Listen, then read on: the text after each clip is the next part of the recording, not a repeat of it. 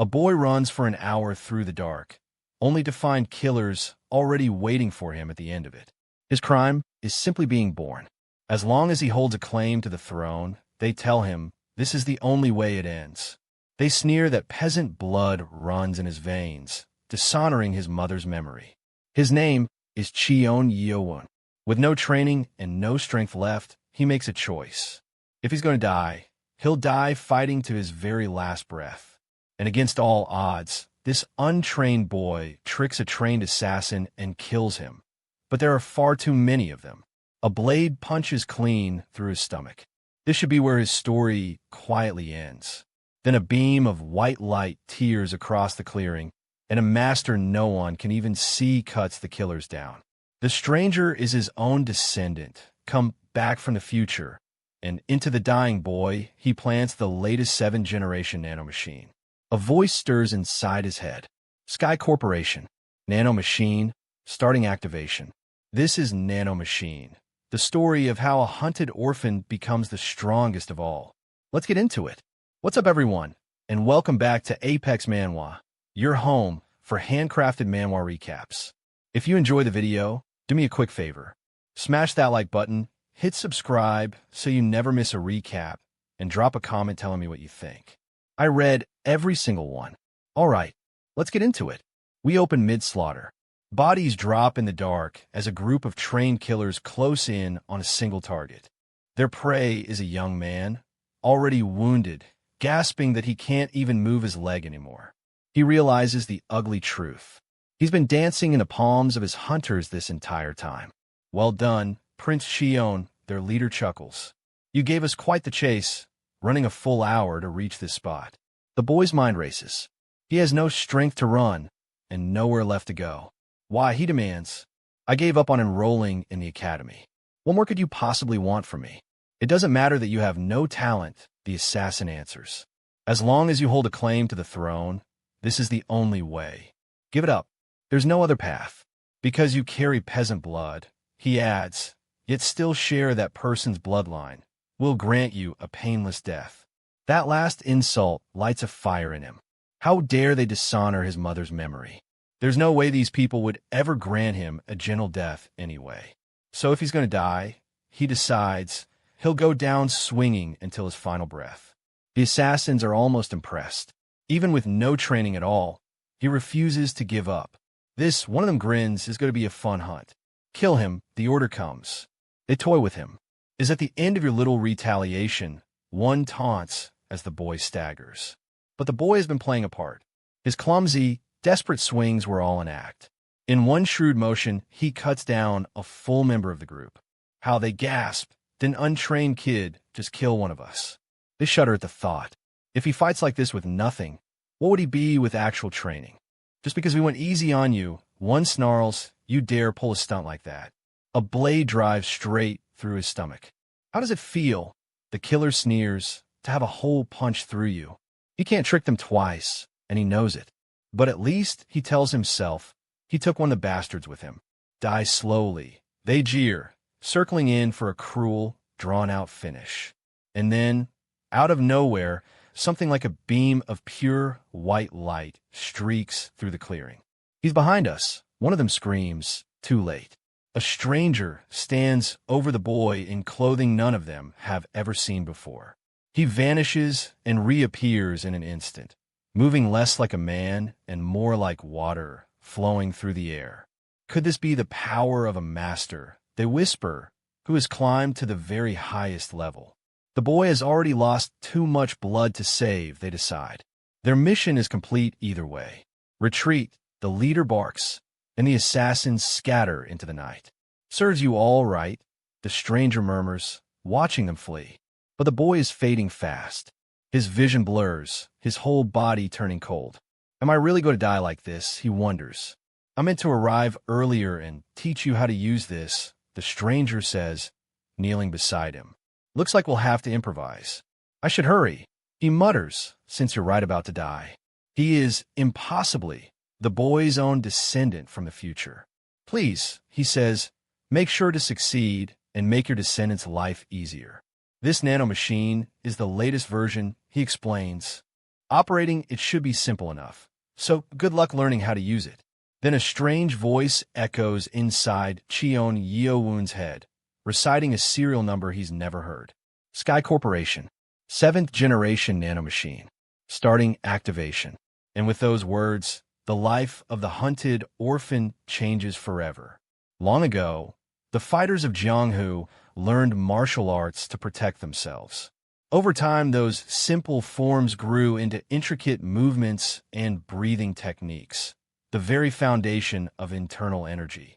The knowledge was passed down through generations, and those who mastered it became something more than human. The world came to call them the murim. Warriors who wished to learn gathered together and formed clans. And in time, those clans split into two sides, the forces of justice and the forces of evil. But caught in the fragile balance between them was a third power, one that chased neither good nor evil, only raw strength. The world called them the demonic cult, and within the cult's highest family lived an illegitimate son, one who still held a rightful claim to the throne. This is the story of Cheon Yeo-Woon. He wakes with a strangled gasp, pain still lancing through him. He's certain a sword ran clean through his stomach. So how? He wonders, is he still alive? What happened, he asks himself, and why is his whole body drenched in sweat? Then he notices it, strange black spots smeared across his skin. What are these things? His body is sticky and reeks, and he feels like throwing up. Then a voice cuts in, calm and clear. Are you awake, master? He snaps upright. Who? He demands. Who are you? There's no one in the room. Please calm down, master, the voice says, and his mind reels. It isn't telepathy, he realizes. This voice is coming from somewhere directly inside his own head. No way, he thinks. Could it really be coming from inside me? You are right, master, the voice answers. Once again, who are you? I serve as a core supporting your brain, it replies. I am Sky Corporation's 7th generation nanomachine. What are you talking about? He snaps. Who are you, and why are you doing this to me? A cold thought grips him. Is it speaking of the evil god, the very one the demonic cult worships? The evil god, he breathes. Are you really that being? Elsewhere, a physician is being led through the halls. This way, doctor. So it was an assassination attempt, one of them confirms. Yes, there had been many attempts of late, but even so, no one expected the prince to be sent straight into that ambush. It cost them their first-class guard, Jang. It was the only choice, they say, and a miracle that Prince Cheon made it out alive at all. Someone helped Prince Cheon escape. One insists, though he can't say who. Can't you guess from the markings left behind? His face tightens. The scene he witnessed the day before was truly terrible. Corpses of the demonic cult's men lay scattered on the cold ground, their upper bodies torn away. Among them, one still had his body intact, but the very dagger he'd given to Prince Cheon was buried in the man's skull. Then, in the silence, he heard someone still breathing. Not far off, through the pooling blood, he recognized the figure at once. It was Prince Cheon, and yet the boy had no wounds on his body at all. Yes, he confirms. His breathing was as peaceful as deep sleep. His clothes were slashed by a blade, but his skin was clean of a single mark. The cult leader would never involve himself in such a fight, one reasons. So who could have saved him? I too am at a loss. Haha, this is getting interesting, someone chuckles. Quickly, lead me to Prince Cheon's room. Back in his room, the boy presses the voice. Were you the one who saved my life? If you mean fighting off your enemies, then no, it answers. But if you mean putting your dying body into self-healing mode, then yes, that was me. Self-healing mode? Sending basic information to your brain, it says, and searching for the right words to fit this era and culture. Master, I'm not the evil god you fear. Its tone has shifted, softer now. Then if you're not the evil god, he wonders, what are you? I'm sending a manual about myself directly to your brain, it says. Will you accept? Yes, he answers. Knowledge floods into his skull all at once. He lurches over, retching violently from the flood of information. This is a natural reaction the first time you receive data, explains. You won't feel dizzy or sick from the second time on. Head spinning, he tests the name. Nano Machine? Yes, master. Is it true, he asks, that thousands of machines are now inside my body? Correct, it says. Precisely 6,482,040,000 nanomachines have been placed within you. He laughs weakly. Not a human, not a god.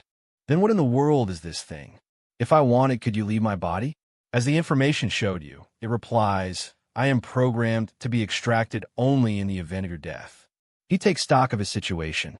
His half-brothers are desperate to kill him, a weakling with no strength. And now an unknown machine lives inside his flesh. Why did this happen to me? He mutters.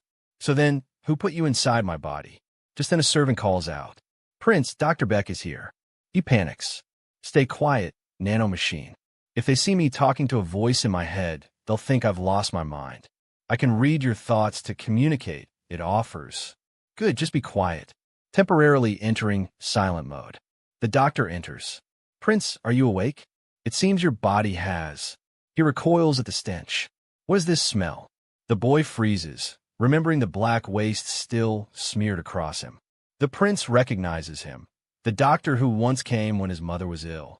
The physician asks to feel his pulse and reaches for his hand. The doctor's expression changes sharply. This is very strange, he murmurs. Did something bad happen to the prince? A servant asks in alarm. No, quite the opposite, the doctor says. This could be a rare opportunity for Prince Cheon. Your entire body has been purged of every impurity, and your energy flow has been fully awakened. Did you take some kind of special medicine? The boy blinks, baffled. I have no idea what you mean, he admits. You now possess the perfect body to train in martial arts, the doctor declares. Huh. Then these sticky black spots, the boy realizes, are the waste that was forced out of my own body. Nano Machine, he thinks, did you do this to me? Deactivate silent mode? It asks. Deactivate, he answers. Silent mode has been turned off. The nano machines throughout your body extracted its waste. It explains and reshaped your blood vessels, joints, and muscles to perfectly fit your frame. He stares in disbelief. What? He asks it again, exactly are you? Are you truly certain? He presses, that you're not an evil god? I'm not an evil god, it answers plainly. I am a machine. Master, it says, ready to guide him into a new life. The demonic cult was built from countless clans and families, but only 6 truly held power. The Dark Clan, the Spring Clan, the Blade Clan, the Poison Clan. By oath, the Lord had to take a wife from each of the 6 clans and father a descendant with every one of them. Each child was raised inside its own clan, and once they came of age, they were sent to enroll in the demonic academy. The academy opens only once every 10 years, forging the finest warriors of each generation under the cult's leading masters. And this generation would be one of unusually fierce competition. Whenever several princes entered at once, the masters had a name for it, the Battle of the Heirs. Back in his chamber, Cheon Yeo-Woon presses the voice in his head. You're not some evil god? The reply is calm. I am not a god, but a machine, master. Then a cold realization hits him. The doctor coming to examine him is from the Poison Clan. He has to hide the fact that a nano machine now lives inside his body. The nano machine reassures him. The primitive technology of this era could never detect its presence. Something else nags at him too. It's clear now that someone helped him survive that night. The doctor finishes his checkup. There's nothing wrong with your body. He says, but I'll prescribe a tonic to restore your energy. Cheon Yeo-Woon thanks Dr. Bake. The prince offers to see him out, but the doctor waves it off. Stay and rest, he says. Don't trouble yourself over me. Alone, the doctor frowns. How could a person change so completely? Something about the prince is deeply strange. He remembers writing the boy off entirely, certain his frail body and total ignorance of martial arts would leave him at the bottom. Yet now that body could outmatch any prince in the academy. He is only an illegitimate child of the Lord, the doctor muses. Had the boy been quietly training this whole time while pretending not to care? If the Lord himself had secretly aided the boy, there'd be no reason to admit it. Either way, the doctor thinks the coming academy is going to be loud. Inside, Cheon Yeo-Woon exhales in relief. It doesn't seem like the doctor caught on. Then his thoughts turn to the one truly responsible for his survival. Guard Jang.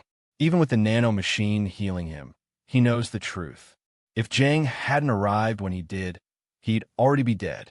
He goes to thank the man, but Jang drops to his knees first. I'm sorry, Prince. The prince just stares at the blood still caked over himself and sighs. I think you should wash up first. I really should, he admits. In the bath, he calls out, Hey, Nano Machine. Yes, master. You put my body into a self-healing mode, right? How much can it actually heal? Any wound from an external impact, it answers internal or external, can be closed quickly. But blood loss takes far longer, since it requires cell division. The prince blinks. Why do you keep saying things I can't understand? Curiosity gets the better of him. It should be fine if I just test it out, right? He stabs his own palm and instantly regrets it. Ow. The nano machine coolly announces, activating self-healing mode on the left palm for a stab wound. His eyes go wide. The bleeding just stopped. Even watching it happen, he can barely believe it. But now he knows for certain it works. That information you loaded into my head. He asks, can I really use all of it? Everything in the instructions is yours to use. Good, he grins. I'll try it out after my bath. Drying off, he freezes. His body has turned lean and muscular overnight. Wait, Nano Machine, this makes no sense. Did you do this too? Yes. I reconstructed your body. Reconstructed? Before he can process it, a servant calls in. Prince, I've come to dress you. He waves them ahead. It's impossible to create something from nothing, the machine explains, but rebuilding parts you already have is easy. The prince groans that its words make everything he ever learned feel useless. Your name's far too long, he decides. I'll just call you Nano. Registering the name Nano. You're no fun, he mutters. Now what? He asks. Nano guides him to his study. Open a book and flip through every page. Just flip through it. That's all. Yes. His shelves only hold books on blood points, and chi, even a lifetime of practice, he knows, barely reaches the lowest level of these arts, like the 3 Jason breathing method meant to train mind and body. So reading up on blood points, he decides, is the better bet. I'm starting Nano. Yes. Please begin. He fans through the pages. Scan of the book blood passage complete. Done flipping Nano. Attempting to transfer the information to the user's brain. Do you accept? Scan? So you copied everything in it? That is correct. Do you accept? I accept. The knowledge floods in, and it hurts. Ugh. Information transfer complete, Nano reports as the prince doubles over, gasping. You'll get used to it soon, the machine says as he fights to catch his breath. Are you worried about me? I am merely stating a fact. Inconsiderate jerk, he wheezes. So you really don't have any emotions. So what now? To use the knowledge you've gained, Nano says, you simply have to think about it to call it up. Blood points, he thinks, and it comes instantly. The pressure points that govern the flow of blood through the veins and arteries. Some can immobilize a body. Others can kill. He can hardly breathe. This is crazy. It isn't just memorization, he realizes.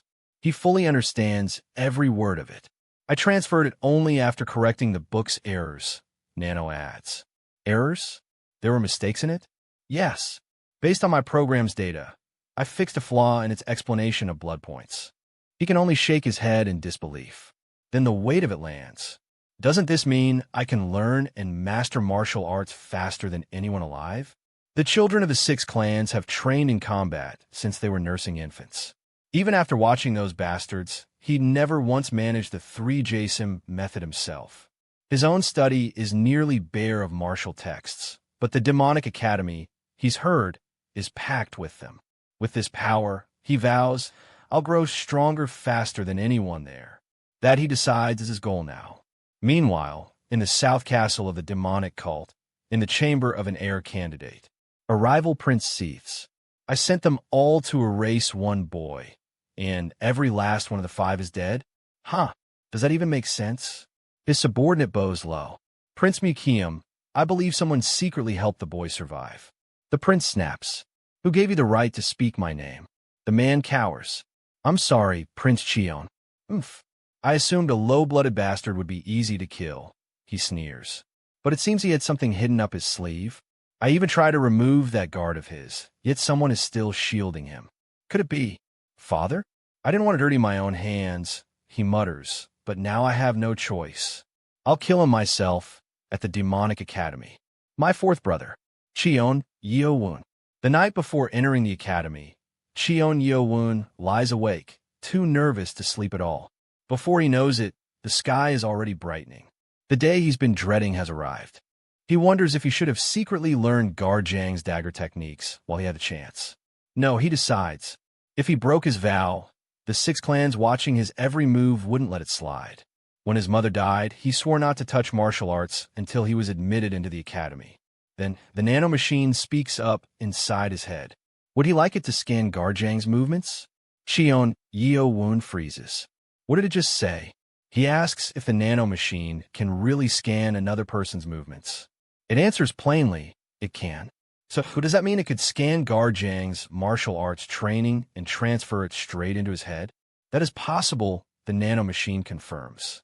Its database already holds countless martial techniques it could pass over to him at any time.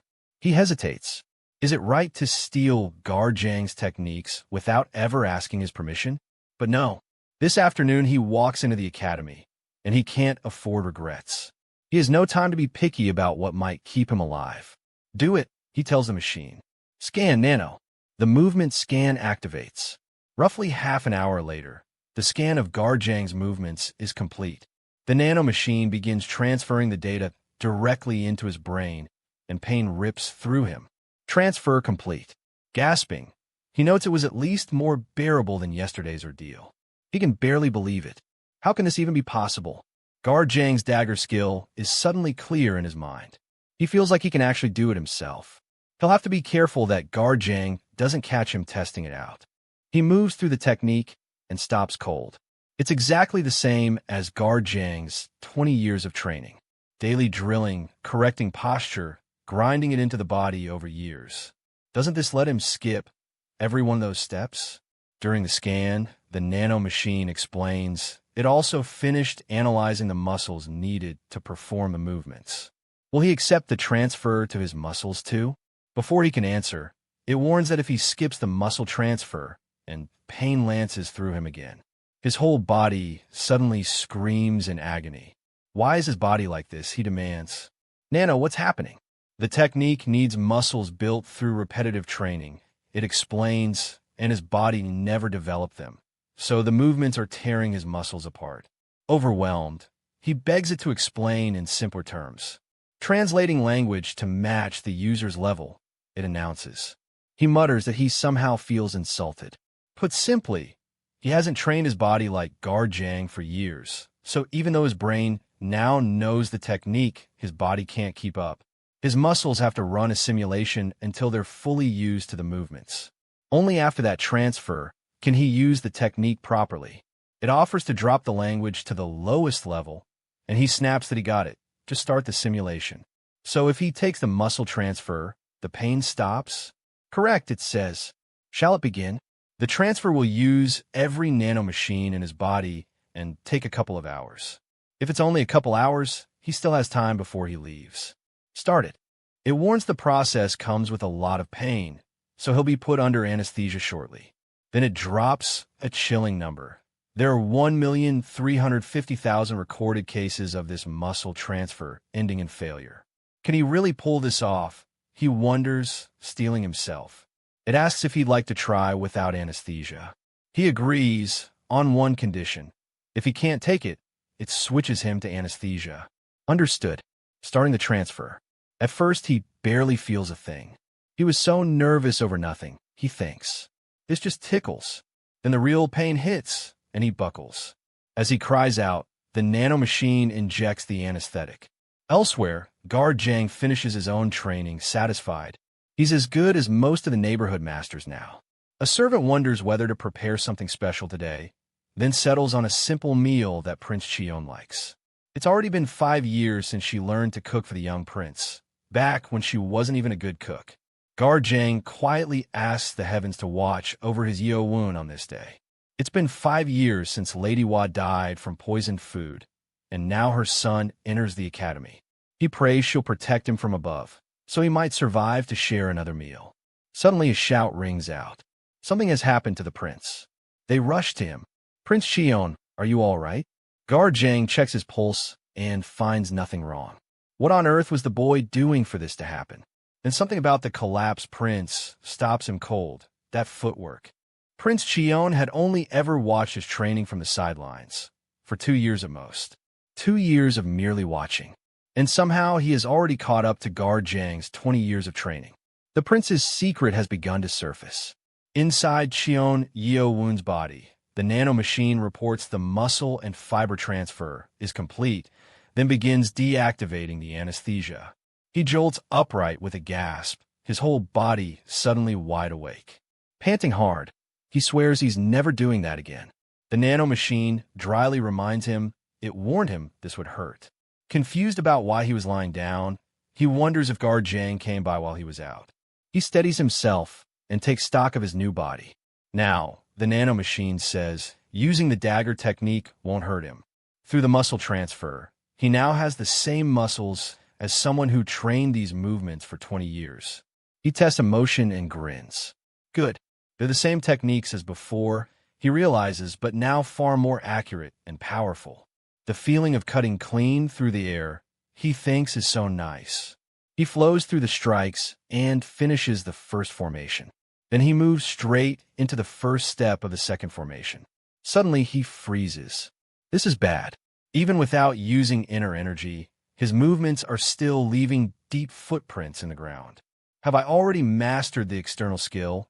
He wonders, staring at the marks. If Guard Jang sees this, it's going to be trouble. Right on cue, Guard Jang calls out that his breakfast is ready. Panicking, he presses at the footprints, but they won't smooth away. What do I do? He frets. Prince, Guard Jang calls again, waiting. He hurries to the table, blurting that he's so hungry today. Guard Jang notes he usually eats by the window. Flustered, he says that since he won't be home for a while, he wanted to eat toward the center of the room. He silently prays Guard Jang didn't notice the torn-up ground outside. Then he looks down at the meal and freezes. Stir-fried bok choy, roast pork, rice with a fried egg on top. It's all his favorite foods. Because today is the day he's admitted to the academy, Guard Jang made it all for him. Touched, he realizes this could be the last breakfast Guard Jang ever cooks for him. His emotions surge and stomach acid creeps up. The nanomachine coolly starts increasing his saliva, telling him to swallow and settle the acid. He snaps it at a stop, saying weird things and be quiet. The nanomachine enters acute mode as he vows to eat every last bite and leave nothing behind. He devours the food. Please eat slowly, the nanomachine warns. You're going to get indigestion. Yeah. He mumbles between bites.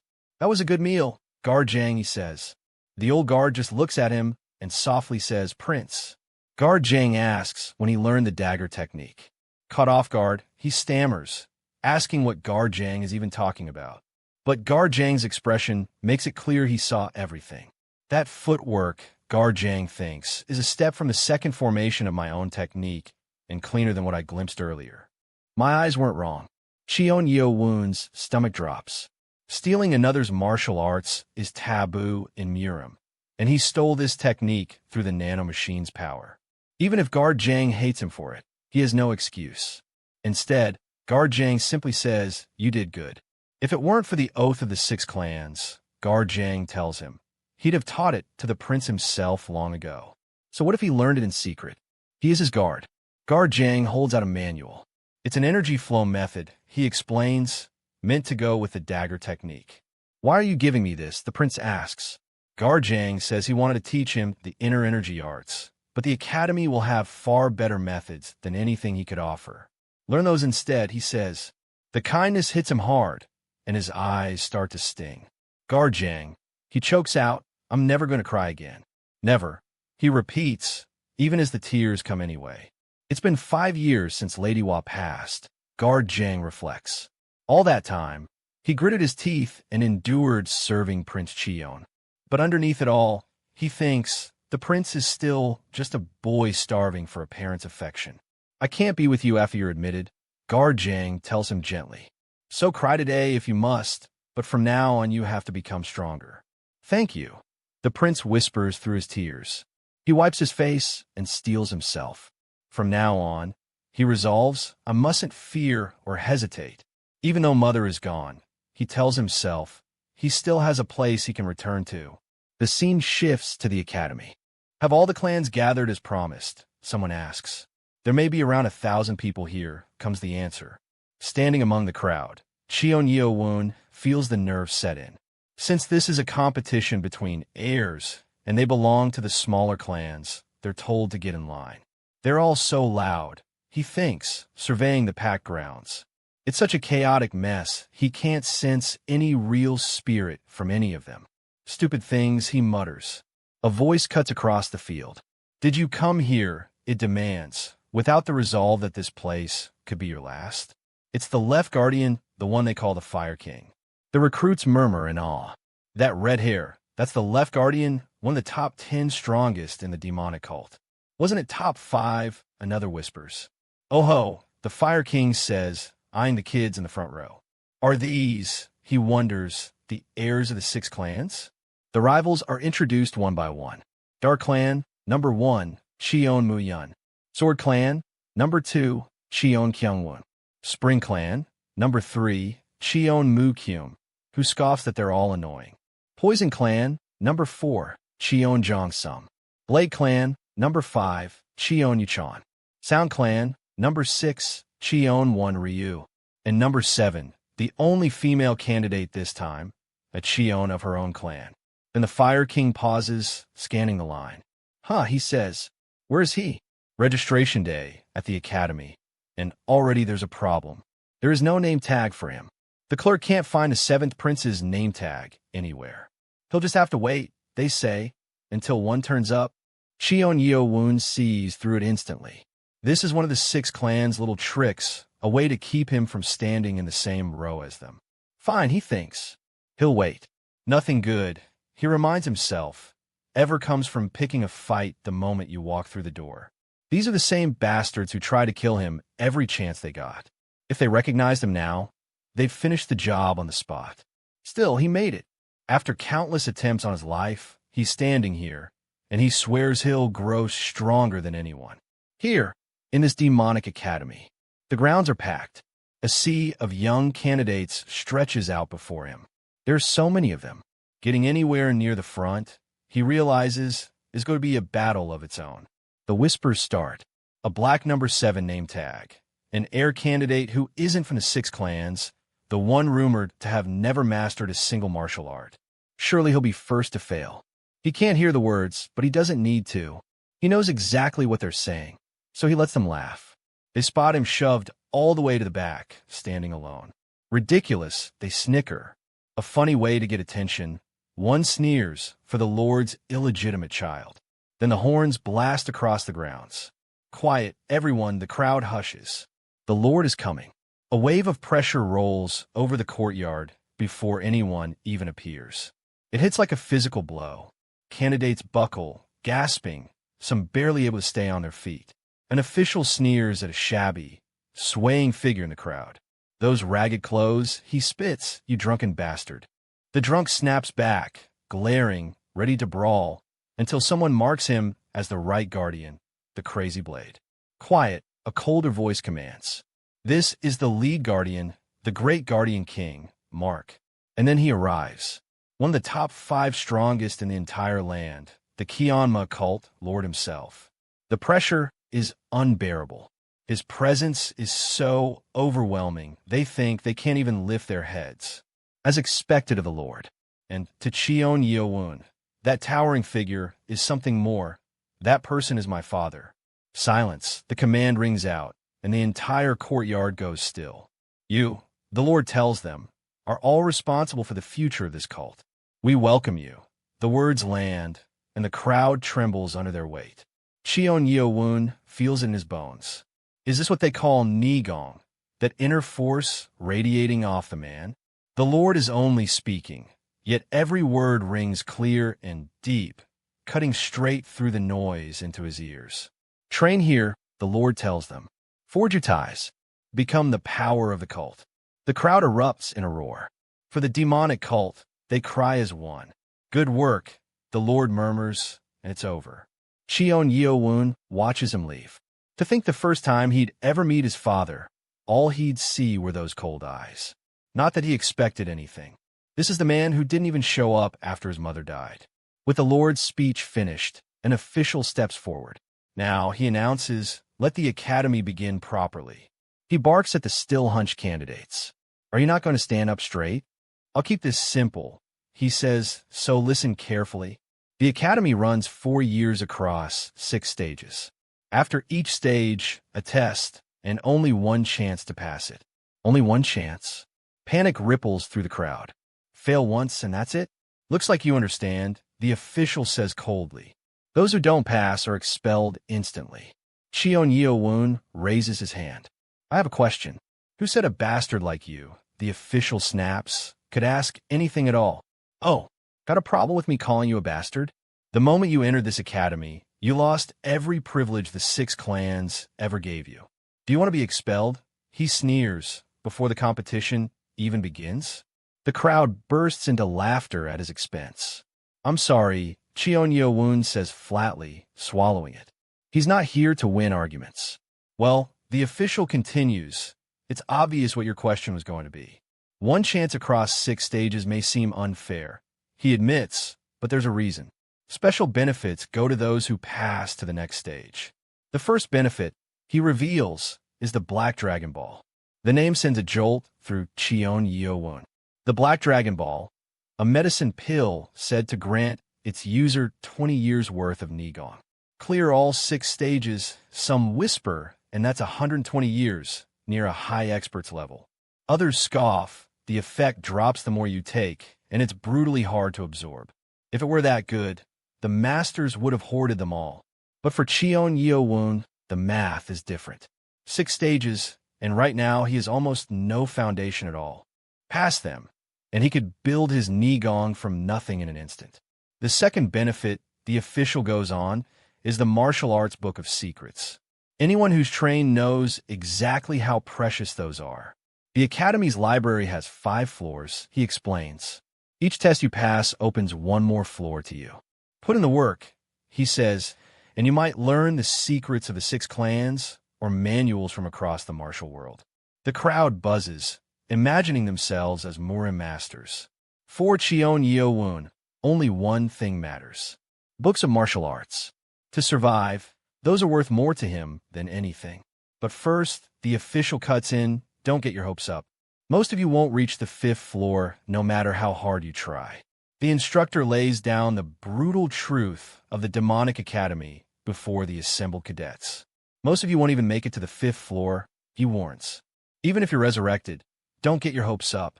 The heirs of the 6 clans stand in silence, weighing his words. He's a master at lifting your spirits and crushing them in the same breath. I don't like a single thing you do, one cadet mutters at Lee Wamyong. But there's a third and final benefit to enduring this place, he continues. Here, you can earn a rank you've never held before. The words land like a spark. That's why even the cadets arrive with no rank or privilege. Everything changes once you enter the academy. He says, from now on, only the strong survive. He lays out the ladder. Clear stage 1 for low-ranked warrior, stage 2 for middle-ranked, stage 3 for high-ranked, stage 4 for squad leader, and stage 5 for clan leader. Most of you, he adds, won't get past 3. Even so, a cadet bristles. Wouldn't it be a disgrace for heirs of high clans to end up as mere low-ranked warriors? Can we even call stage 6 a test? Another whispers. In hundreds of years, not even 10 people have ever passed it. Clear the upper levels, the instructor says, and your rank will be acknowledged. You all start as cadets now, but you won't stay equal for long. For Cheon Yeo-Woon, the math is simple. If merely surviving used to be his whole battle, now surviving means climbing the ranks. That's enough explaining, the instructor announces. You'll form dorm groups, and we begin at once with the first test. The words ripple through the crowd. What? The cadets recoil in disbelief. The first test, they're told, and it starts right now. No way. Right now? Did I hear that wrong? How is this even fair? Aren't we supposed to learn something first? How can there be a test already? What happens if we get expelled? Be quiet, the instructor snaps. Anyone who fails this test is expelled from the academy, he declares. They won't even deserve to be called low-ranked warriors. This first test measures your basic foundation. Those without it get shipped to the farming, trade, and service districts, so be ready to die out there. Cheon Yeo-Woon grits his teeth. Darn it. But we do need people for the dirty work, the instructor smirks, so don't push yourselves too hard. That's exactly why the ladies of the 6 clans forced me to swear an oath never to learn Nigong. Cheon Yeo-Woon realizes with cold dread. If I fail this, he thinks, I'll be dumped into the lowest clan of the cult, and then anyone at all could come to kill me. Nearby, a rival watches him and lets out a quiet laugh. I don't know whose idea this test was, he thinks, but it's a good one. It'll save me the trouble of killing him myself. Then a heavy presence descends over the field. Every cadet feels it at once. The examiner arrives, the 5th elder of the demonic cult and clan leader of the Sound clan, Hang So-yu. She takes her place before the trembling cadets. This person will oversee the first test, the instructor announces. The Sound clan's leader and the 5th elder of the demonic cult, Hang So-yu. Fail here and you'll never rise, even a low-ranked warrior, he says. Honestly, though, this test is very easy. The Sound clan's leader herself? The cadets murmur. What kind of test needs someone of her rank? Cheon Yeo-Woon frowns, confused. Why is everyone suddenly covering their ears? If the 5th elder truly unleashed her musical energy wave, the instructor says, little ones like you wouldn't stand chance. She'll hold back, though, so, with luck some of you might endure it even without Nigong. With even a sliver of Nigong, he adds, they should be able to hold on for a minute.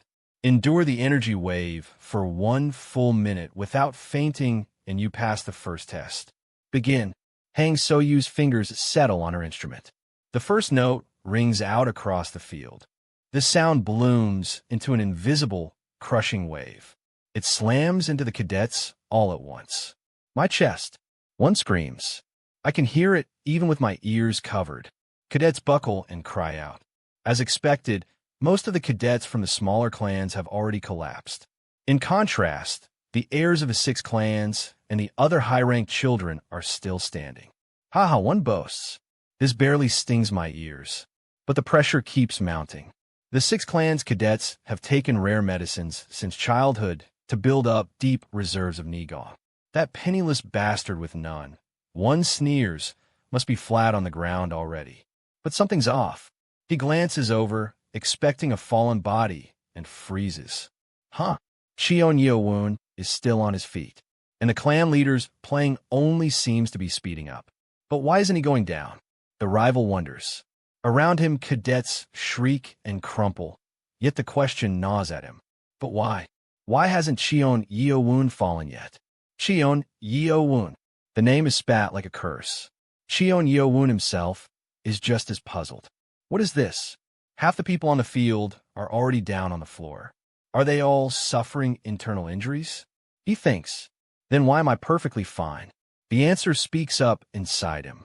Nano detected powerful high and low-frequency waves from the instrument that risked serious damage to his body and activated emergency defense mode to block the sound waves. So you made it so I can't hear the sound waves at all, he realizes. Nano confirms it, temporarily shutting down his body's ability to sense sound. Then how am I still hearing your voice? He asks. The information is fed straight to your brain, the Nano Machine replies. This is a difficult thing to explain. Even so, the sheer edge of the situation isn't lost on him. Nano, can you block that intimidating gaze too? He asks. Do you want your vision blocked as well? It offers. No, he decides, never mind. Watching closely, he senses a growing impatience in the 5th elder's performance. The Sound Clan's art has grown far stronger than in its early days, he notes. This would be too much for anyone with less than 20 years of Nigong. On the sidelines, they whisper. I'd heard he had no Nigong, but that must be a lie. He's enduring this in such stable condition. It has to be the reason he's still up. This, the instructor grins, is the most exciting first test I've seen since taking my post. Now how long can that bastard really last? Your ears are bleeding. A cadet cries, "Hey, it's the same for you." Blood runs freely now. It's brutal to hold on even with 20 years of knee gone. I just need to endure a little longer. One gasps. The pride of the upper clan is on the line. But why is the fifth elder playing so intensely? Cheon Yeo-Woon wonders. Her face is twisted, so she must be furious. Then a thought strikes him. Could it be? His eyes widen with sudden understanding. Why did he suddenly flinch? The others wonder. We aren't allowed to look behind us. But is there something back there? The realization hits him full force. What is this? How can that penniless bastard with no Nigong be completely fine? He doesn't even look tired. That bastard, they conclude in shock, had Nigong all along. And as the survivors bleed and buckle around him, Cheon Yeo-Woon stands untouched, the first test slipping quietly into his grasp. The elders glared down at the boy still standing under their pressure. That bastard, one of them seethes, refusing to break. They're certain of one thing. This kid has Nigong, real internal energy, or he'd have collapsed long ago. Inside his head, Cheon Yeo-Woon murmurs to the Nano Machine. If I'm reading this right, the ones up front and the fifth elder are furious, aren't they? Analyzing facial muscle movements, the Nano Machine answers, locking onto its target. Confirmed. Surprise, petulance, and anger, all of it plain in their expressions. He can't hear a word they're saying, but he can read the hostility rolling off them. Their pride is wounded, having written him off as powerless only to watch him endure. And that's the problem. If he passes this first test, looking perfectly fine, no one will believe he has no Nigong at all. So he makes a cold calculation. Nano, he asks, could you give me an internal injury? You mean deliberately damaging your own organs, the Nano Machine clarifies. Sure, he replies without hesitation. It is possible, the machine warns, but I do not recommend intentionally injuring your body. He doesn't care. The moment the performance ends, he orders, give me an internal injury and make me vomit blood. Forging internal organ damage, as ordered by Master. The first test drags on, and to everyone watching it looks impossibly easy for him. It's almost a full minute now. The fifth elder thinks, seething. To think a brat not even 15 could shrug this off so easily. Her wounded pride boils over. I can't let it end like this, she tells herself. My pride won't allow it. Try enduring this, she snarls, and pours half the power in her body into the wave. The others sense it instantly. Someone gasps, this is dangerous. The surge slams into the boy. He grunts and coughs, staggering under a force meant to break grown warriors. Stop this, one elder shouts. Any more will kill him. Fifth elder. For a heartbeat, the whole hall freezes, waiting to see if the boy will finally drop. Then at last it's over. He coughs and gasps, and to the crowd it looks like he's barely survived. The fifth elder is already regretting it. Damn it, what did I just do, she thinks. I couldn't control my rage at that young bastard and unleashed half my power.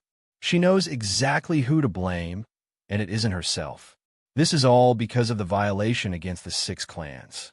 It's all because of Cheon Yeo-Woon. She spits, turning her guilt into resentment. On cue, the boy lets out a low groan, ready to sell the performance he ordered. Then he erupts, a violent heave tearing through him as the watching elders flinch in shock. What? One of them breathes, unable to process what he's seeing. Blood, and far too much of it. How could he throw up that much, they wonder. Is the kid dying? Nano, why you, the boy chokes inwardly. Damage has been caused to roughly 30% of the organs. The machine reports, forcing the blood back as ordered. Program processed as commanded. He nearly panics for real. Hey, you crazy thing, he snaps in his head. I actually thought I was dying. Another wave of pain racks his body as he doubles over. An elder curses. If he dies from this test, I'll be held responsible for everything. He may not be 6 clan blood, but we can't let a member of the leader's line die. They rush to him.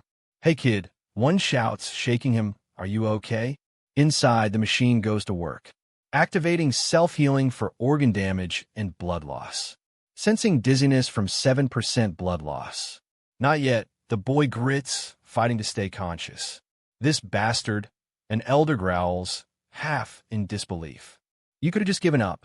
Master, you're in a dangerous condition, the Nano Machine warns. Wait, he answers. Just a little more. They can only marvel.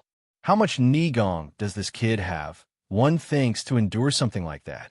But the answer, when it comes, makes no sense. He doesn't have any. Crazy, an elder mutters, staring at the boy. This one is completely crazy. There were only bad rumors about the seventh prince, one admits, so no one expected anything from him. And yet, they realize he passed the first test on pure mental strength and sheer will alone. Take him to the infirmary, an elder orders, and the guards snap to obey. As he's carried off, the boy whispers one last command. Heal me quickly, Nano. Later, the fifth elder can't shake it. That kid endured my energy wave like it was nothing. She muses, yet he was ravaged internally the whole time. Another elder confronts her. That was too much, fifth elder. What, she snaps, playing dumb. What was too much? You almost killed him, he says flatly. He presses her. That child, does he only have a sliver of Nigong? Or could it be, he wonders, something even stranger? He delivers the verdict. He has none at all. I gave him a little stimulation to test it. He explains, and there's nothing there. Not a trace. The boy kept his oath. He really has no internal energy. The fifth elder can't accept it. How is that possible, she demands. How could he endure my energy wave with no Nigong at all? If he truly had nothing, she insists, he would have fainted like all the other kids. But the truth stands. His injuries were severe, and he endured every second of it on will alone. What another repeats, stunned. He endured it with his will? That kind of will, one murmurs, is genuinely frightening. One elder even feels a pang of regret. If he weren't an illegitimate child, I'd have wanted to take him as a student. But nothing good comes from crossing the 6 clans. Off to the side, a drunken guardian laughs. He endured with his will? Now this is fun. None of your business, an elder snaps at him.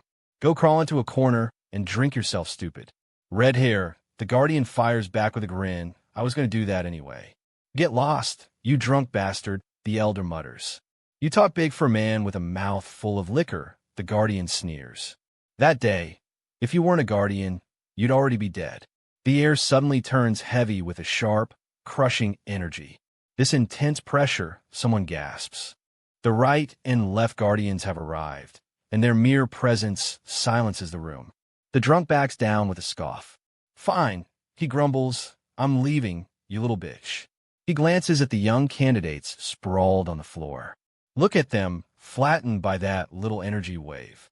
Kids these days have no grit. Then, compared to all of them, his thoughts drift to the one boy who refused to fall. A slow smile crosses his face. I really like that kid, he says. Cheon Yeo-Woon. Cheon Yeo-Woon is carried into the demonic academy infirmary, still playing the part of a half-dead patient. On the second floor of the main building, the academy's own doctor is on duty. Doctor, come quick, an assistant shouts. There's an actual patient this time. A patient? The word alone stops the doctor in his tracks. He can hardly believe it. A real patient, here in the infirmary of all things. A patient on the very first day. He marvels. As expected, the demonic academy is the best. The others just whisper that Jong-woo's old student is crazy about medicine. Snapping out of his excitement, he waves them in. This isn't the time to stand around, he says. Bring him inside. But this quiet room is about to become the stage for an offer that could change everything. The doctor recoils at the sight of him. How brutal could a mere entrance test be to leave someone in this condition? Did he get stabbed in the stomach? One asks. No, comes the answer. He's wounded internally. All this from internal damage? The escorts explain the boy has no family, so the left guardian personally asked that he be given special care. In 10 years under my teacher, the doctor murmurs, I've never seen an internal injury bleed this much. Their job done, the escorts take their leave, dropping the boy off at the infirmary. All right, the doctor nods. One of them lags behind, earning a scolding. Why are you so slow when we're this busy? It's nothing, he mutters. But something nags at him. That kid's complexion looks a lot better than before, he thinks. Am I imagining it? He isn't imagining it. Damn, Cheon Yeo-Woon curses inwardly. I forgot about the infirmary and nearly let the nano machine heal all my internal damage. It still hurts like hell, he tells himself, but he has to endure it and keep up the act until the doctor is finished. The doctor takes his pulse. It's clearly irregular and racing, he notes, so the boy must have taken serious damage. Still, it doesn't add up. Even biting your own tongue, he thinks, wouldn't make you bleed this much. He decides to begin treatment with acupuncture. Then the infirmary door bangs open, startling him half to death. Right guardian, he gasps, stunned to see who has walked in. Oh, the right guardian eyes him. Why are you here? He needles the doctor. So the little coward who clung to his teacher's coattails grew up to be the academy's physician. You've really made it, he sneers, in that same annoying tone as always. The doctor forces a polite question. What brings the right guardian to the infirmary? Surely a man like you isn't injured. You don't seem happy I'm here, the guardian says darkly. The doctor panics. Of course not. Ahaha. Please rest as long as you like. I can never figure this man out, the doctor thinks, retreating. The right guardian's gaze falls on the wounded boy. Oh, look at this one, he grins. Isn't he an interesting kid? What? Cheon Yeo-Woon's stomach drops. Why is that man here? He panics inwardly. Could he have figured out I'm only pretending to have internal damage? That hits his nose. Damn it, he thinks, the reek of alcohol. The guardian is drunk. Why are you pretending to be asleep? The guardian asks flatly. The boy freezes. With a flick of will, the guardian lifts him upright without a single touch. The onlookers gape. He raised a man without laying a finger on him. They whisper, that's the right guardian of the school. Did he just sit me up using Nigong? Cheon Yeo-Woon realizes, stunned by the raw internal power. I can't even move, he thinks, since my body isn't fixed in place yet. Keep pretending to sleep, the guardian warns, and I'll hit you square in the face. Damn, the boy admits to himself. I got caught. How did you know? He asks, dropping the act. Think about it, the guardian replies. He knew from the sound of my breathing, the boy realizes. The nano machine confirms it in his head. A male aged 15 to 20 breathes 12 to 20 times a minute, but yours was around 8. Far too unnatural. I don't need the extra commentary. He snaps back internally. The guardian laughs, delighted. Kids these days don't have guts like yours, he says. You're pretty good. Oh, the boy reassesses him. So he didn't come because he saw through the act after all. Kids these days have no endurance, the guardian grumbles. They always take the easy way the moment things get hard. It wasn't sheer willpower, the boy thinks privately. It just barely stung. What I mean, the guardian says, is that you have the will the others don't. The doctor tries to intervene. Right, guardian, the patient condition is poor. He really should be treated first. Wait, the guardian barks. An adult is talking. He shoves the doctor aside. The boy coughs violently. See, the guardian says, pointing. His complexion really doesn't look good. The doctor frets, watching the boy hack and wheeze. In the scuffle, the doctor loses his grip and drops his belongings. Rubbing his neck, the guardian finally cuts to the chase. Let me get to the point, he says. Kid, he declares, I want to take you in as my student. The words hang in the air. The disdained 7th prince offered a master's tutelage. What are you saying? The boy asks, wary. What do you mean? The guardian answers. I'm talking about making you my disciple. Do you not know who I am? He asks. The boy answers evenly. Right, guardian? Is there anyone who doesn't?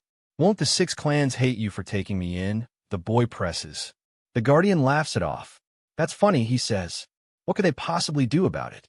Besides, he adds, they'll keep clawing at each other for the succession, with or without you in the picture. It's a golden opportunity, the boy weighs. But what if it's a trap? The guardian studies him. So this is the infamous 7th prince, he muses. I knew the academy would pull tricks this year, but making him bleed this much is going too far.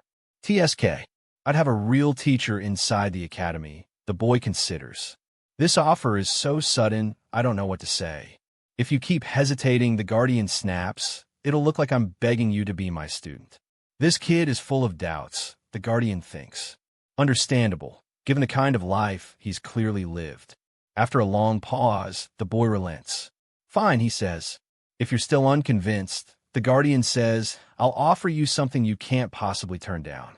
He produces a paper. "What is this?" the boy asks. "It's exactly what you need most to survive here at the Demonic Academy," the guardian replies. "You got yourself stuck in the infirmary the moment you arrived," he points out. "Aren't you worried about falling behind?" he asks. "You passed the first test on willpower alone. But do you really think someone with no Nigong like you can pass the second test?" The paper in his hand, it seems, maybe the very edge Cheon Yeo-Woon needs to close that gap. The chapter opens with a hard truth.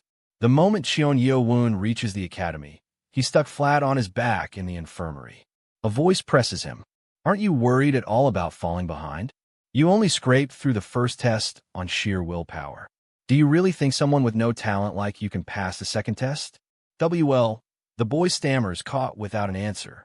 "Anyone who wants to become a warrior has to think a step ahead," the voice warns. "Are you planning to rot in this infirmary for 2 weeks and start the race already behind? While you lie here, the others will move forward a great deal."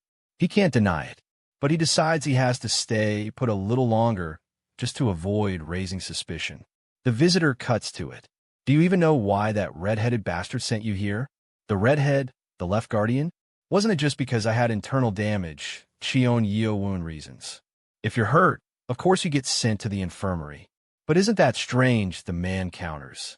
"Plenty of the other kids were damaged internally too. So why weren't they sent here?" The question lands like a shock. Most people of murim can heal internal damage through meditation alone. It only goes faster with a doctor or medicine. So you mean the boy starts to realize, right? The other kids could at least mend themselves a little, so there was no reason to send them here. "That's why I'm the only one here," Cheon Yeo-Woon understands. "Because I couldn't heal myself at all." Inside his head, the Nano Machine chimes in. "Almost there with this kid." "Ugh, should I wrap this up now?" The boy groans, worn from the strain. "A kid who can't even meditate to heal," the man scoffs. "Do you think someone like that can cure internal damage quickly?" "It's possible," Cheon Yeo-Woon thinks. "Because I have Nano." The rest is exactly as the man says. And he knows what comes next. If he wants to advance, he'll need Nigong, real internal energy. He remembers the promise. Pass the first test, and you earn a medicine ball and access to the first floor of the academy's library. But the man laughs. It seems the redhead forgot to mention something important. "Forgot something important," the boy echoes. "The academy's library isn't a place you can wander in and out of as you please. You only get to enter once after passing a test." "What?" Cheon Yeo-Woon reacts. "Did you think you'd be free to browse every important book in there? That place, the man says, is heavily locked down. And there's more.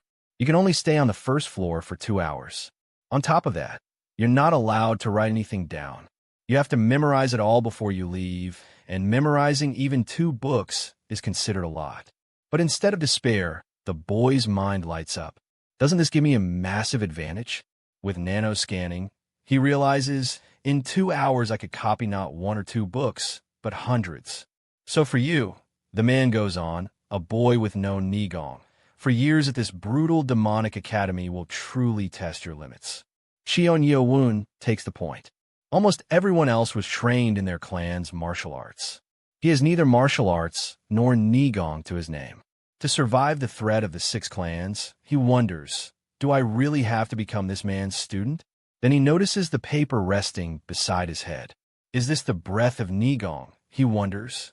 "Huh, so you're not so dumb after all," the man grins. "You're right. That's the breath of Nigong. Become my student," he offers, "and I'll teach you the breath of Nigong right away." The boy weighs it. He doesn't know if this man truly wants him, but he needs at least one person on his side. And there's the prize. What he could never learn because of the oath with the 6 clans. This is his chance to finally learn the breath of Nigong. He makes his choice. "I accept the right guardian as my teacher," he declares. "Please take me as your student." "Have you?" the man begins. "A student must bow to his teacher twice," he instructs. "Get up," he says. Then, on the other hand, there are plenty of people who. "The blood of Cheon should bow to no one but the Lord himself," he reminds his new student. "Rest for today," the right guardian tells him. "And until I return, memorize and learn the points of the breath of Nigong. Take good care of my student," he calls out as he goes. "I'll be leaving now. Henchman. His bad breath is the same as ever, the boy notes, but the right guardian leaves with a wide grin on his face. Are you okay? Someone asked Cheon Yeo-Woon. It was chaos in here, like a storm blew through. And congratulations, they add, on becoming the right guardian student. Goodness, the caretaker frets. With that internal damage, you were pale and struggling, and you dealt with all that on top of it. Your pulse is a mess too. I'll be back with the acupuncture tools, so please bear with me a little longer. Left alone, the boy reflects. Between Nano and the right guardian, he's been handed so many opportunities. He thinks of his mother and of Guard Jang, surrounded by enemies here at the academy. For once, there's someone on his side. The scene shifts to the demonic academy's practice field. Left guardian, an officer reports. I'll give you the results of the first test. Counting Cadet 7 who was carried to the infirmary, only 15 candidates passed in total. That's 200 fewer than the first test 10 years ago, he notes. As expected, Elder Hang's energy waves were simply too much. The ones who failed probably think it's unfair. And they do. I didn't pass out, one expelled boy screams. Why am I thrown out just for foaming at the mouth? This isn't fair. Don't you get it? The officer says coldly. Do you think you'd survive a whole life of servitude and farming? How am I supposed to live like that? The boy fires back. It seems you can't accept the results. That's right, the boy shouts. Then there's no other choice, comes the answer. Throw the rebellious ones out of the demonic academy. The order rings out. The enforcers move at once, and the defiant cadets are struck down and dragged off screaming. TSK, the officers observe. The ones out front have real skill. The expelled won't stand a chance against them.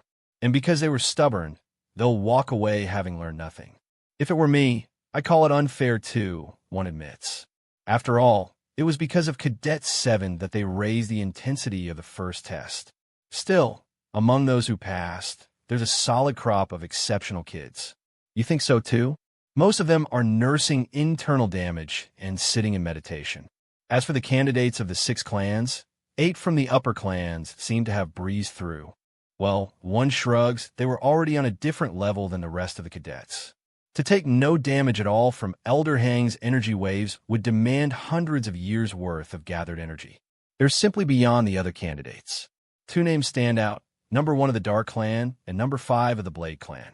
These 2 endured the energy waves without so much as flinching. Rumor says the real contest will come down to the Dark Clan and the Blade Clan. Just as he thought. This, the left guardian muses with a smile, is going to be interesting. The pieces are set, and the true competition at the Demonic Academy is only beginning. Cheon Yeo-Woon has cleared the first test. The examiner hands him a bronze medal marking the lowest rank of the academy, and 4 years of training as a cadet of the demonic cult. There are rules here. At the Demonic Academy, yes and no are forbidden. The only permitted answer is a single sharp word. Motto. Do you understand? The examiner barks. The cadets roar back as one. Motto. But Cheon Yeo-Woon isn't there for it. He's laid up in the infirmary, staring uneasily at the doctor treating him. The man corrects him. His name is Baek Jongmyeong, and rather than just doctor, he insists the boy use his family name. The prognosis is grim. It'll take 11 to 15 days before Cheon Yeo-Woon is fit to take the tests. His eyes go wide. What? His mind races. If the Nano Machine simply kicked in a self-recovery mode, the treatment would be over in an instant. But healing that fast would draw questions he can't afford. Suspicion is the last thing an outcast prince needs. Yet ordinary treatment means falling behind.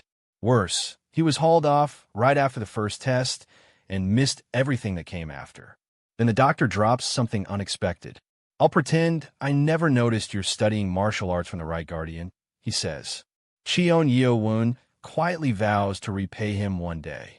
Then he turns cheerful and terrifying. Time for acupuncture, he announces, so stripped down. The boy recoils with a strangled yelp. As the boy undresses, the doctor pauses, intrigued by his physique. Not built through Nigong, he muses. Maybe some kind of weight training? Then he sets the first needle against the chest. Inside the boy, alarms blare. The Nano Machine senses sharp iron piercing the user's body and activates self-defense mode. Cheon Yeo-Woon panics internally. Stop! Nano, the doctor's healing me. Do you seriously not know the difference between an attack and treatment? Deactivating self-defense mode, as commanded, the machine reports. The boy exhales. I survived. The machine lays down a rule. If you don't warn me something is treatment, it says I'll treat any harm to your body as an attack. Fine, he agrees. From now on, don't react to what I accept willingly. Already his stomach hurts less. Inside, the nanomachine gets to work, retrieving the acupuncture diagram stored in its system. It feeds him the data directly. Nano, the boy marvels, the information you sent makes this so much easier to understand. He supposed a nap while the needles set in, but he can't sleep a wink, the machine narrating every placement, the knee, the toes, the shins. Then an idea strikes. Nano, if you heal my internal injuries directly, this would go far faster, right? But healing too quickly would make them suspicious. So he threads the needle another way. Can you heal me? He asks, but make it look like I'm still wounded? The machine can. Once treatment finishes through self-recovery, it can randomly alter his pulse to mimic ongoing organ damage. He's thrilled it works. If he can fool Dr. Beck for 2 weeks, this becomes his chance to secretly learn Nigong from the right guardian. He gives the order. Starting self-recovery mode as commanded by the user, the machine answers, knitting his body back together beneath a perfect, convincing lie. The scene shifts to the training grounds. Cadets, attention, and instructor shouts. Get in line. Now, he says, I'm going to explain your next test. To pass the second test and become a mid-level warrior, every cadet must master basic tactics and strategy. And the time they're given to do it is only 20 days. 3 short weeks. The cadets reel. Only 20 days? How is anyone supposed to memorize every tactic and strategy in that time? Then the twist. In 3 weeks, only 10 of the 20 groups will advance. Half of the cadets will be expelled. Panic ripples through the ranks. Our group doesn't have a single top cadet. 1 cadet grimaces, and the 6 great clans will surely have the advantage. The instructor twists the knife. If you'd rather compete inside your own group, feel free to fail together. This is the first and last test that demands cooperation. Tomorrow, he says, the staff will teach them kindly. Kindly. The cadets echo nervously. Weren't these the same instructors who beat the rebellious cadets bloody? After dismissal, 1 cadet lingers behind, approaching the Group 8 instructor, Cadet 3, a candidate of the Spring Clan.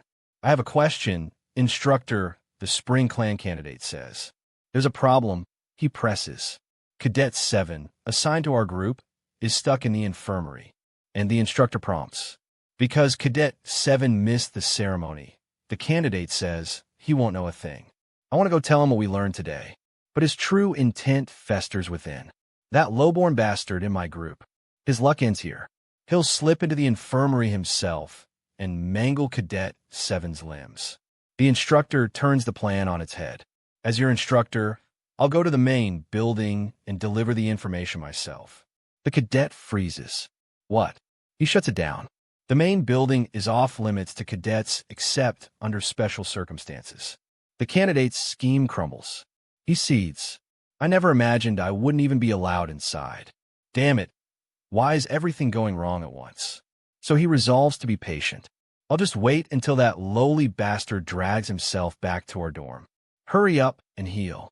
And when he does, the cadet vows with a cruel grin, I'll make him suffer enough to beg for death, setting a collision course with a target far deadlier than he knows. Inside the demonic academy's main building, the healers are talking about the boy they just carried in. His internal damage is so severe, one reports that he'll have to stay in the infirmary at least 14 days. 2 full weeks. If he's stuck here that long, they worry there's no way he claws his way up to the top level. If only Cadet 7 had any Nigong to work with. But the disdained prince has none at all. Then a visitor arrives asking to speak with Cadet 7, saying there's a great deal he needs to tell him. The boy is asleep, the healer explains. Should I wake him? No, the visitor decides. He'll come back tomorrow. And with a quiet goodbye, the stranger takes his leave. The staff can only shake their heads. He barely scraped through the first test, they murmur. This is surely the end of his luck.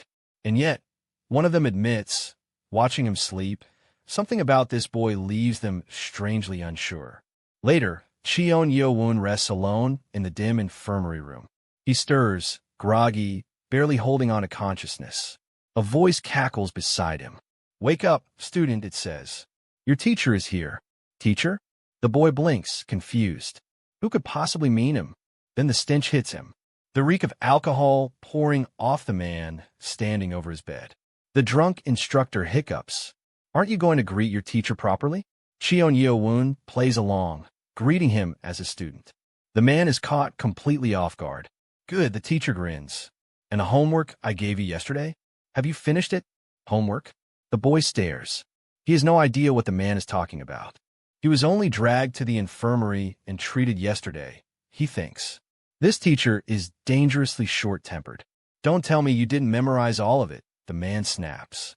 Quietly, the boy is grateful the Nano Machine already patched his body back together. Of course, he answers coolly. "I memorized it." The teacher is stunned. He memorized the whole thing while half dead? "I only said that to provoke him," the man thinks. "Good work finishing your teacher's homework," he says. The boy plays it calm and thanks him for the compliment.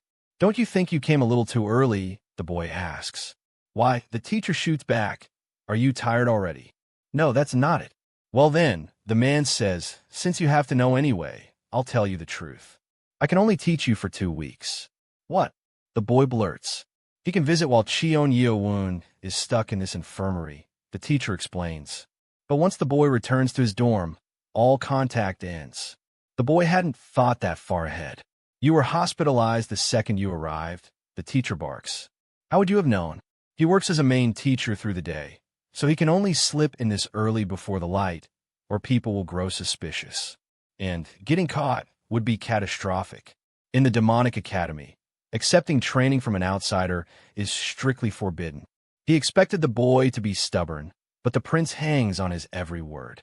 "Thank you for your consideration," Cheon Yeo-Woon says. "Right now?" the boy asks. "Yes," the teacher answers. "We've no time to waste, so let's begin at once." "Didn't you hear your teacher say, we don't have a lot of time?" The man roars. "Turn around and sit on the ground," he orders. The boy obeys without a word. He does as he's told, though he wishes the man would at least explain what he's about to do.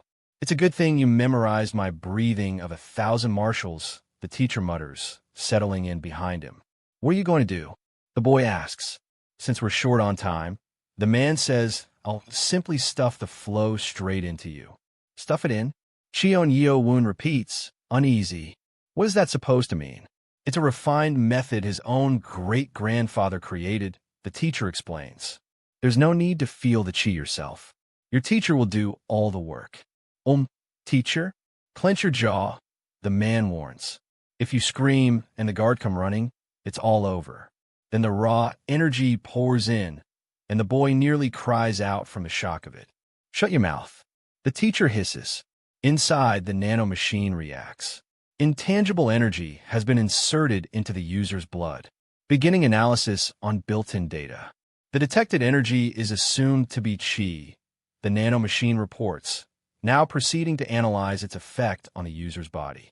Cheon Yeo-Woon grits his teeth. He knows the teacher's fierce Nigong is forcing his meridians open, but the sheer force of it is almost too much to bear. Behind him, the teacher freezes. This kid, he thinks, did he really learn nothing at all?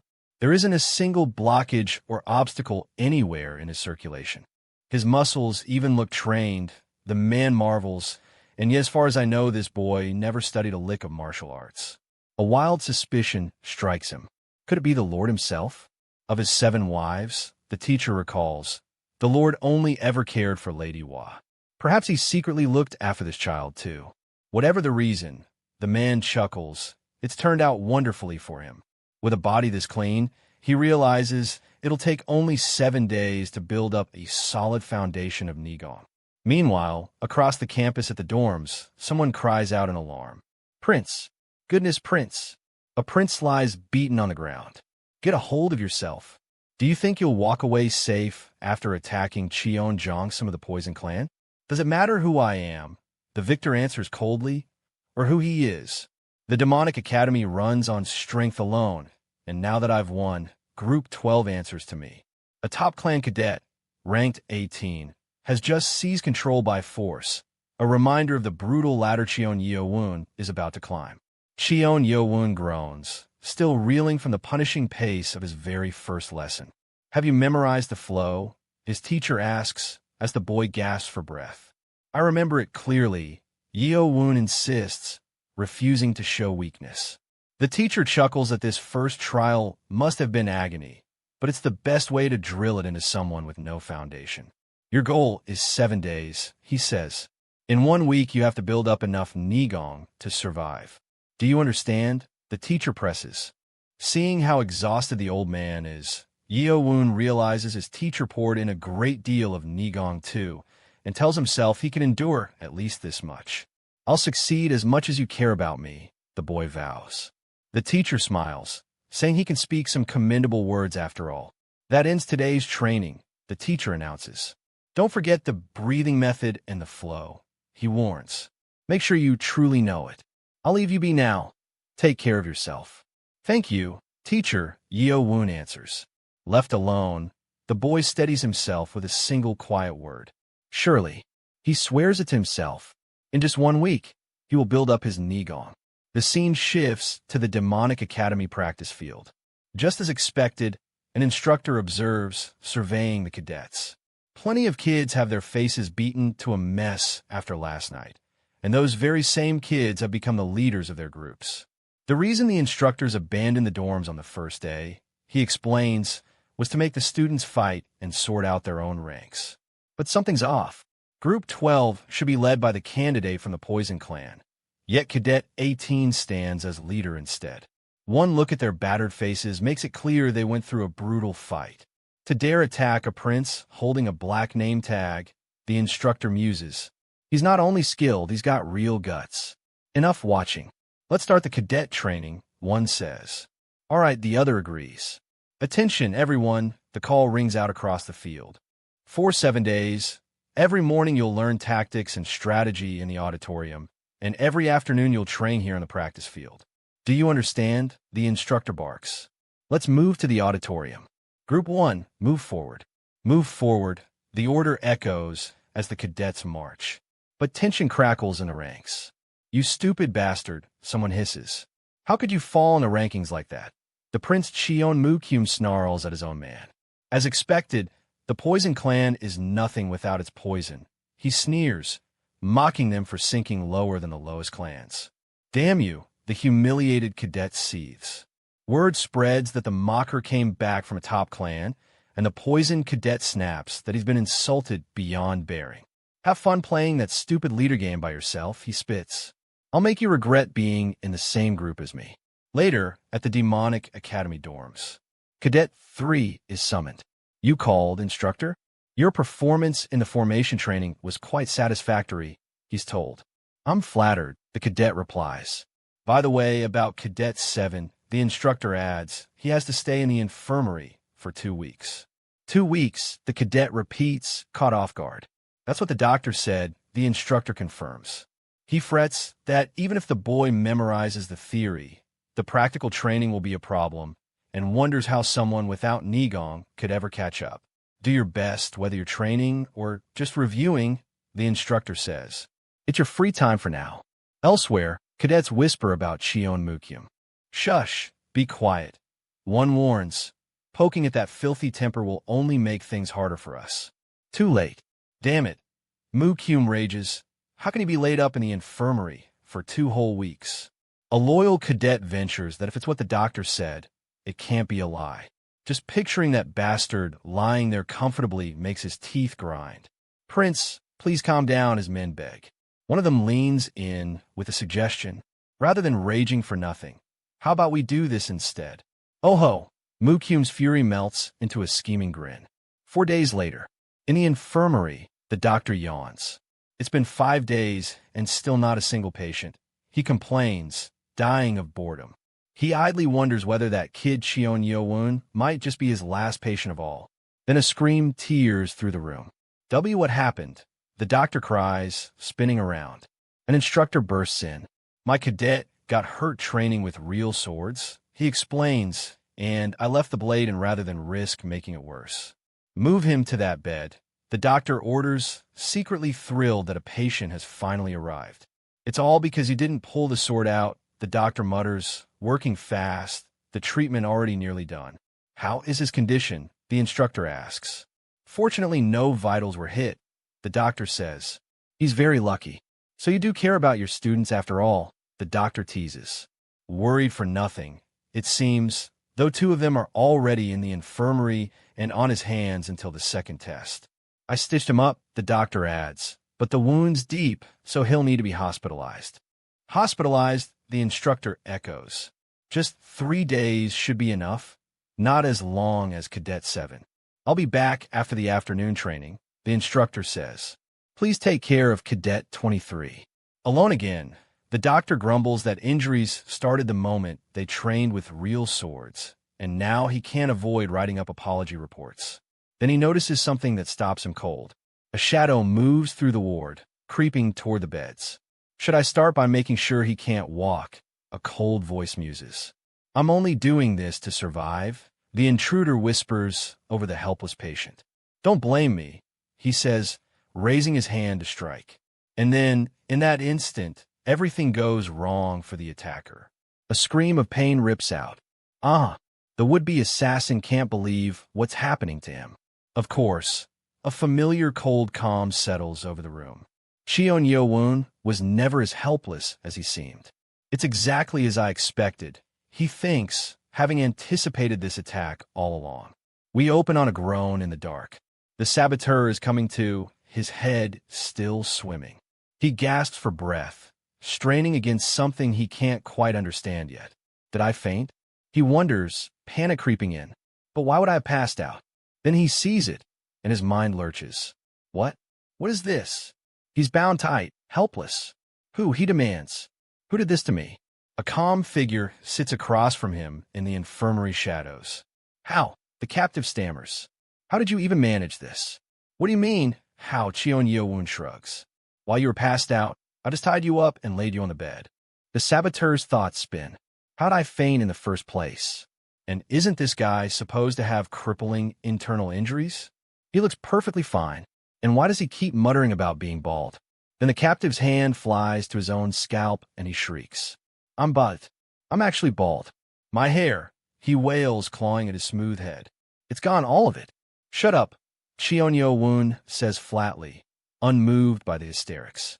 And just like that, the poor fool passes out cold again from sheer shock. Cheon Yeo-Woon waits, patient, until his prisoner stirs once more. Have you calmed down now? He asks the gagged, thrashing captive. The man can only make muffled, furious noises through the cloth. His mind races with regret. I thought he was just a naive nobody when I saw him at the entrance ceremony. I never imagined this is what he's really like. Who? He wonders with dawning dread. Is this person really? You want to know how I've survived this long? Cheon Yeo-Woon says quietly. Assassination attempts every so often. He lists off. Bastards like you who'd try to poison me. How many do you think there've been? He asks, letting the question hang. I saw you fooling around with this earlier, he says, holding a blade. Do you know how much it hurts to get stabbed? You could even die.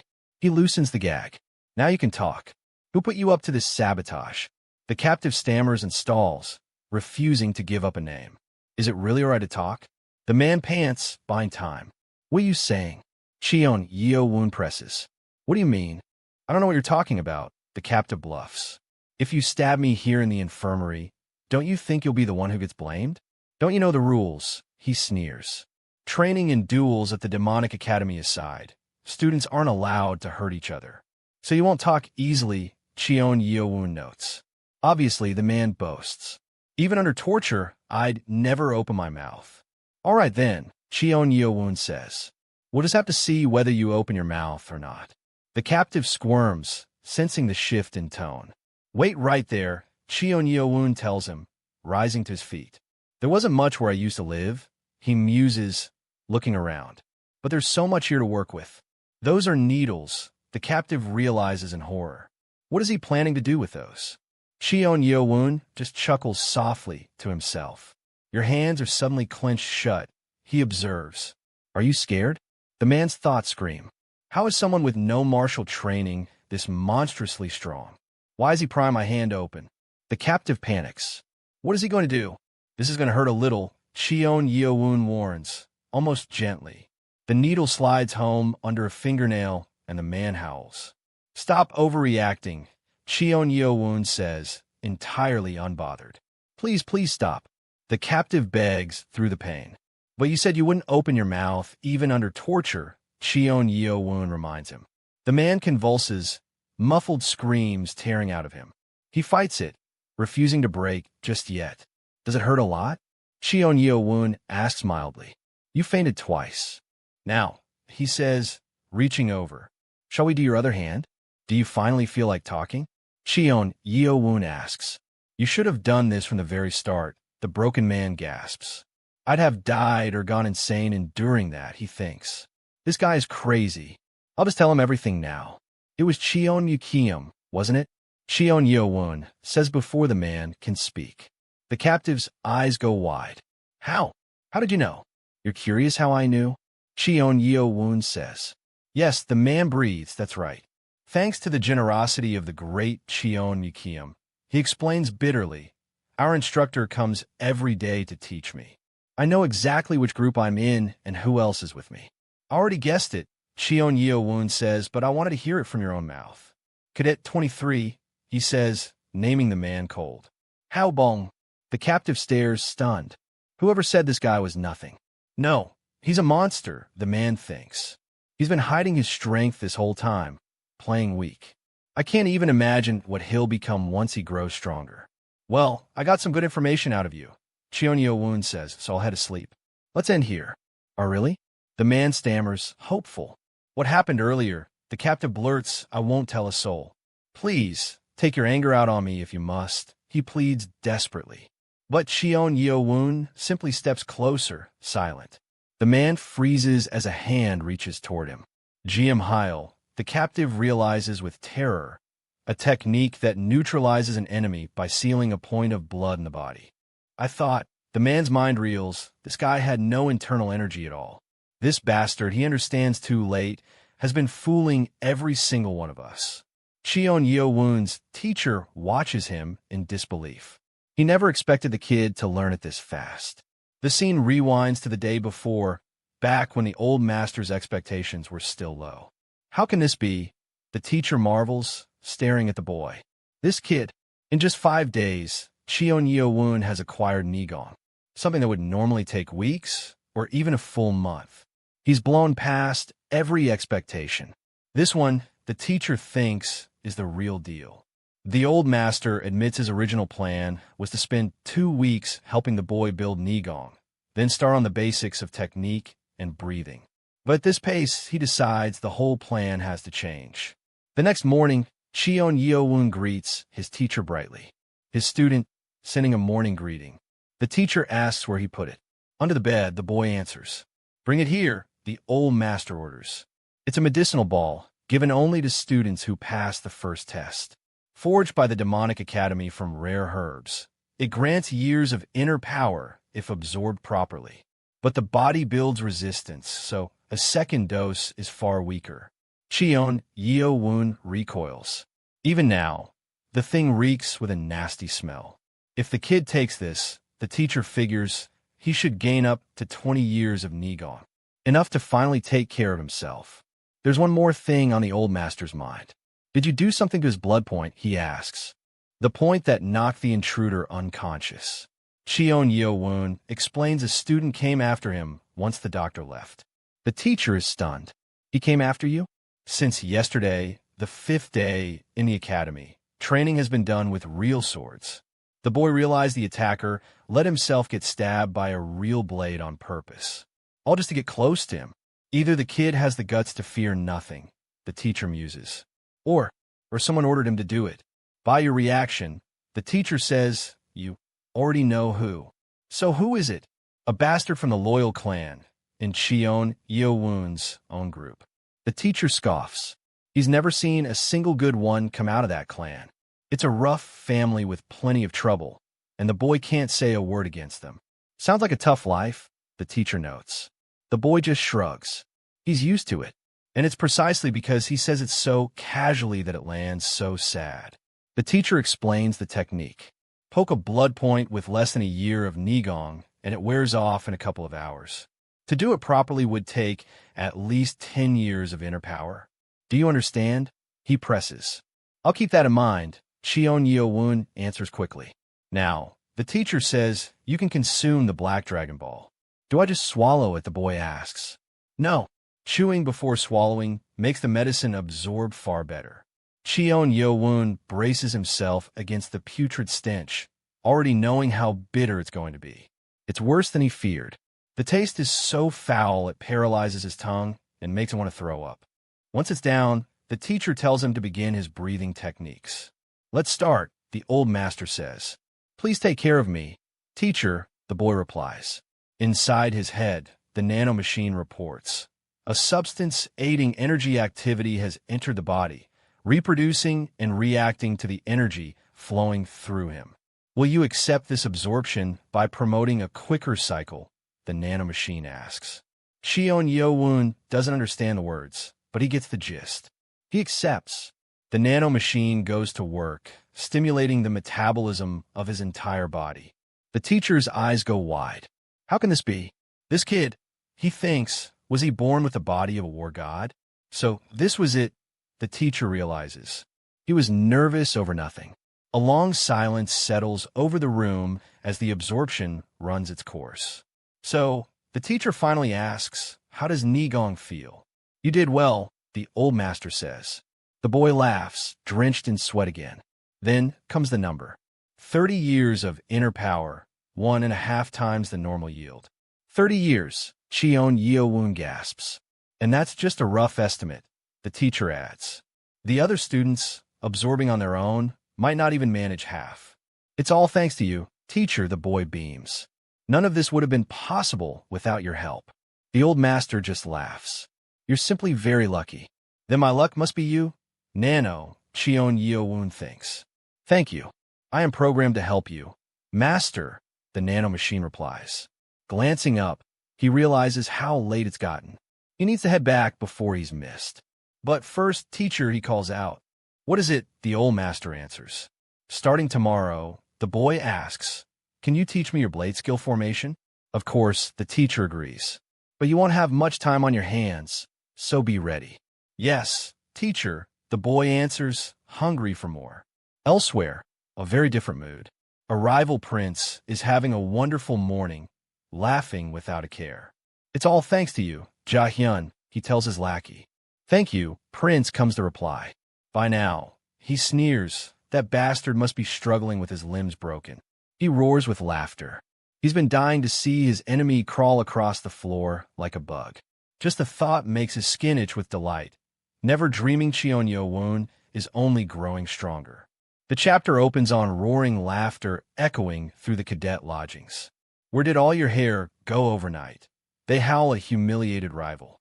He can only see that bastard, unable to stay calm with the culprit sitting right beside him. One of them wipes tears from laughing so hard.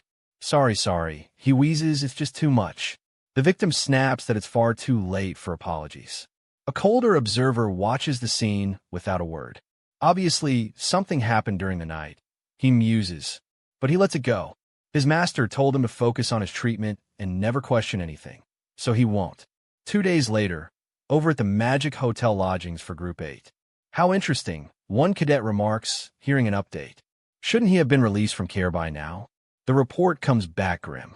Cadet 7 had a truly severe internal wound, and someone tried to sever his muscle and veins. But a doctor stayed at his side through the entire night and healed him. What a rival box. The doctor never even slept? He accuses the messenger of making excuses. Word spreads that Cheon Yeo-Woon has already woken up, far sooner than anyone expected. The news lands like a slap.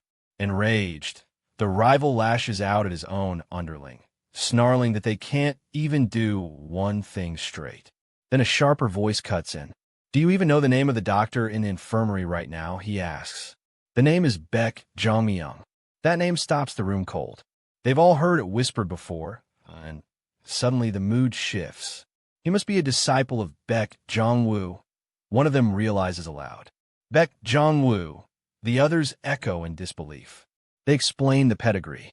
He came from a poison sect, but focused on medicine over poison and rose to become the church's primary physician, ranked around 30th in the entire academy. If this doctor is truly his disciple, sabotaging the healing may be impossible. So it was all a waste, the rival spits, cursing that sending this fool accomplished nothing. He turns on the underling with contempt. Don't even dream of me supporting your sect now, he sneers. But the underling, Hyo-bong, fires back. Would you really have worked with a failure like me anyway? He challenges. Don't worry, the rival smirks, reminding them he's a candidate for the small school leader of Bakmabel. A promise is dangled. Even if you're cast out in disgrace, I'll unconditionally back your weak little sect. Hyo-bong insists he was only trying to tell the truth all along. Fine, keep raging, the rival taunts. We'll see if you're still this brave once he arrives. Someone finally notices the hooded figure among them. Why are you wearing a hood indoors? He asks. The hood comes off, revealing a scalp shaved bald and gleaming. It's shining, one of them blurts. And there's Cheon Yeo-Woon's handiwork again. Do you know how it feels seeing my own face reflected off the top of your head? The humiliated cadet groans as the room erupts. Cheon Yeo-Woon sighs to himself.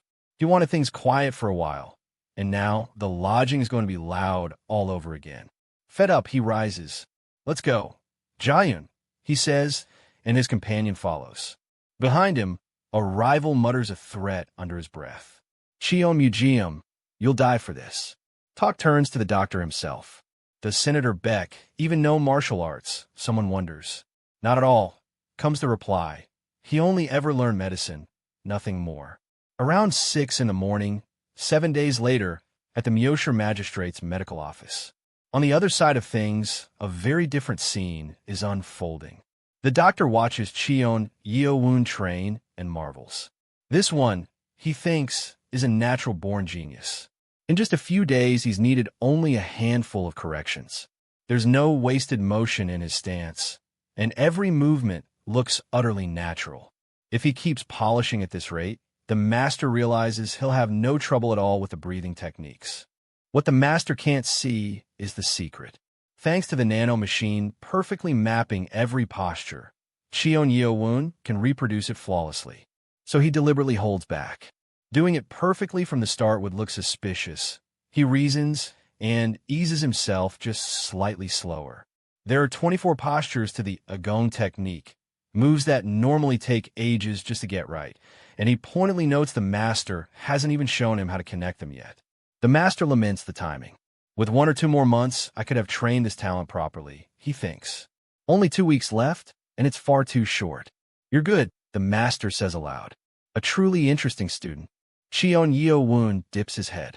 High praise indeed, master.